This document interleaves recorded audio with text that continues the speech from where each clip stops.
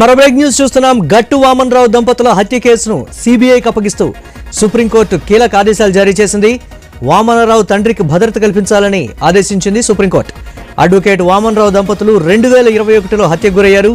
మంథని హైవేపై వీరిని దుండగులు హత్య చేసి చంపేశారు.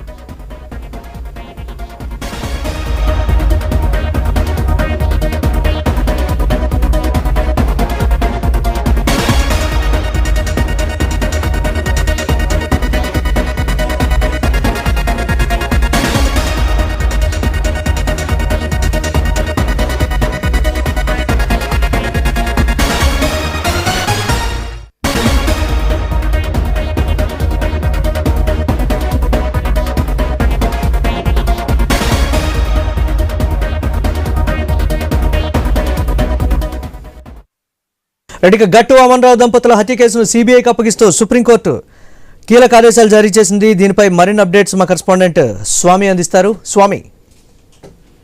మురళి, మంతన్కు సంబంధించినటువంటి గట్టు వామనరావు దంపతుల హత్య కేసు 2021లో రాష్ట్ర వ్యాప్తంగా సంచలనం సృష్టించింది. ఈ కేసుకు సంబంధించి కిరాయి హంతకులతోటి గట్టు వామనరావు దంపతులను నడిరోడ్డు పైన హత్య చేయించడం కూడా రాష్ట్ర వ్యాప్తంగా అప్పట్లో పెను సంచలనంగా మారింది. ఈ కేసు పైన కూడా మొదటి నుంచి కూడా పలువురిని అదుపులోకి తీసుకొని విచారిస్తున్నారు. ఈ కేసు సంబంధించి దీన్ని అప్పుడు బీఆర్ఎస్ సర్కార్ ఉన్నప్పుడు జరిగినటువంటి హత్యాదంతం దేశవ్యాప్తంగా సంచలనంగా మారింది. దేశంలో ఉన్నటువంటి అడ్వకేట్స్ కావచ్చు, వివిధ రంగాల న్యాయ నిపుణులంతా కూడా దీనిపై ఆందోళన వ్యక్తం చేశారు. రాజకీయ కక్షలతోటి, ఒకవైపు వ్యక్తిగత కక్షలతోటి ఈ కేసులో గట్టు వామనరావు దంపతులు నడి రోడ్డు మీద నరికి చంపడం కొంత అమానవీయ ఘటనగా అప్పుడు పెద్ద ఎత్తున కూడా అడవుడు జరిగింది. ఆ తర్వాత ఈ కేసుకు సంబంధించి పెద్ద ఎత్తున కూడా ఒకవైపు న్యాయ పోరాటం చేస్తూ ఉన్నారు. సుప్రీంకోర్టుకు వెళ్ళినటువంటి కేసు ఈరోజు సుప్రీంకోర్టు ధర్మాసనం ఈ కేసుని సిబిఐకి అప్పగిస్తూ ఉత్తర్వులు జారీ చేసింది. ఈ కేసును సిబిఐ విచారించనుంది. సిబిఐ ఈ కేసు సంబంధించి వివిధ కోణాల్లో అన్ని అంశాలపైన కూడా ఈ కేసు విచారించనున్నది. ఒకవైపు వామనరావు దంపతుల విషయంలో